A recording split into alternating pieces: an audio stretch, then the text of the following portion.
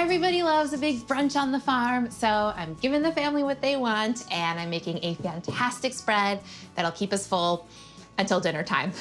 For something sweet, I am making my mixed berry crumb cake, which is fluffy and moist and loaded with tons of those big honkin' buttery crumbs. And it's got juicy, plump blueberries, raspberries, and blackberries scattered throughout. It is a delight. I'm starting with my berries. I've got 2 cups of mixed berries. I'll toss them with 1 tablespoon of all-purpose flour. And doing this is gonna allow the berries to stay suspended within the cake so they don't all sink to the bottom. And it'll also prevent them from bleeding out into the cake batter. And just give these a little toss. I'll set these aside while I mix up the dry ingredients for the batter. I'm starting with 1 3/4 cup of all-purpose flour, 1 1/2 teaspoons of baking powder, and 1/2 teaspoon of baking soda will help the batter lift and get fluffy.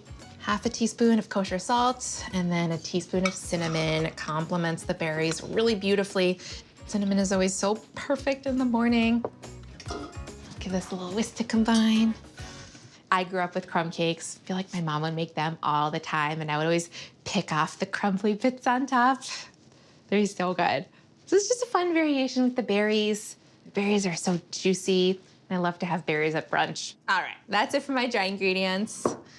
In my mixer bowl here, I'll combine my wet ingredients. Got a stick of butter, and then 1/4 cup of unrefined coconut oil will lend a lot more fat, and it's kind of your insurance policy against this cake drying out. A cup of sugar, and then the zest of 1/2 lemon will brighten up all these flavors and complement the berries so beautifully. Okay, I'll turn on my mixer and allow this to beat until it's pale and fluffy, 3 to 4 minutes. Aerating this mixture is ultimately what's gonna yield a fluffy cake. So if you rush this, then your cake isn't gonna be fluffy enough. It's just gonna be dense and flat, and you can't start off your day with that. This is looking pale and fluffy. It's time to add the eggs. I'm adding 1 full egg plus an egg yolk. And that added yolk is gonna want richness and luxuriousness. And I'm adding these 1 at a time just to ensure that each one gets incorporated fully and emulsifies with the butter and the sugar. 2 teaspoons of vanilla. I'll reduce my mixer now because I don't want the dry ingredients to go flying everywhere. And I'll add 1/2 of the dry ingredients.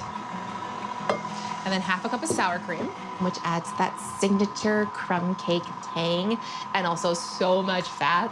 And then the rest of my dry ingredients.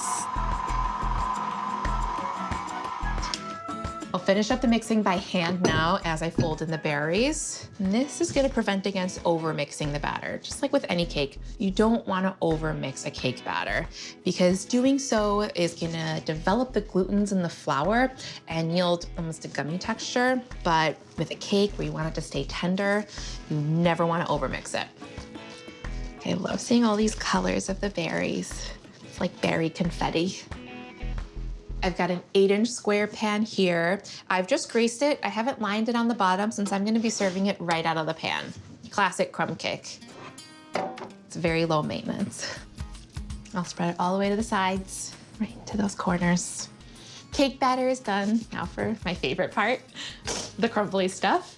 I love a crumb cake with big honkin' crumbs, and as a textures first person, the combination of the crumbly stuff and the fluffy cake and the juicy berries just makes this cake so good. I'll start with 3/4 cup of flour, 1/2 cup of light brown sugar, 1/4 teaspoon of salt, balances out all the sweetness. Just combine this really quickly. And this is just such a basic crumble topping. And then I'll cut in 6 tablespoons of unsalted butter. Plop it in tablespoon by tablespoon. I'll just use my fingertips to squeeze the butter in with the dry ingredients. It's so satisfying. So of course I don't want to fully mix the butter into the dry ingredients. I want there to be a lot of texture here. These will look rustic and craggly on top. When everything is combined and you have these little crumbs and these big honkin' bits, that's how you know it's ready. So I'll sprinkle this all over the top of the batter. Scatter it evenly. With this cake, you actually have 3 textures because you have the fluffy cake, the crumbly crumbs, and the juicy berries. What a time to be alive. I'll bake it at 350 degrees for 50 minutes until it's golden brown and a toothpick stuck in the center comes out clean. I can barely contain my excitement. This kitchen is about to smell so good. Oh yeah, that's what I want to see. It's like a buttery rock garden. And the cinnamon smells so good. The best thing about crumb cakes is that you don't need to let them cool before you eat them. All I'm gonna do to finish this off is crumble some freeze-dried strawberries over the top because it'll be so pretty and it'll show that this is a berry cake. And you don't wanna bake them in with the crumbs because they will turn brown, so it's important to add them at the end like this. I'm going in. It smells too good not to.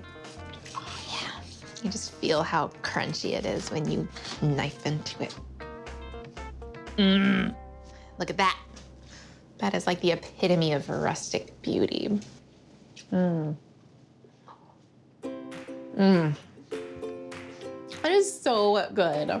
It's buttery, it's fruity. That is a very beautiful brunch dessert.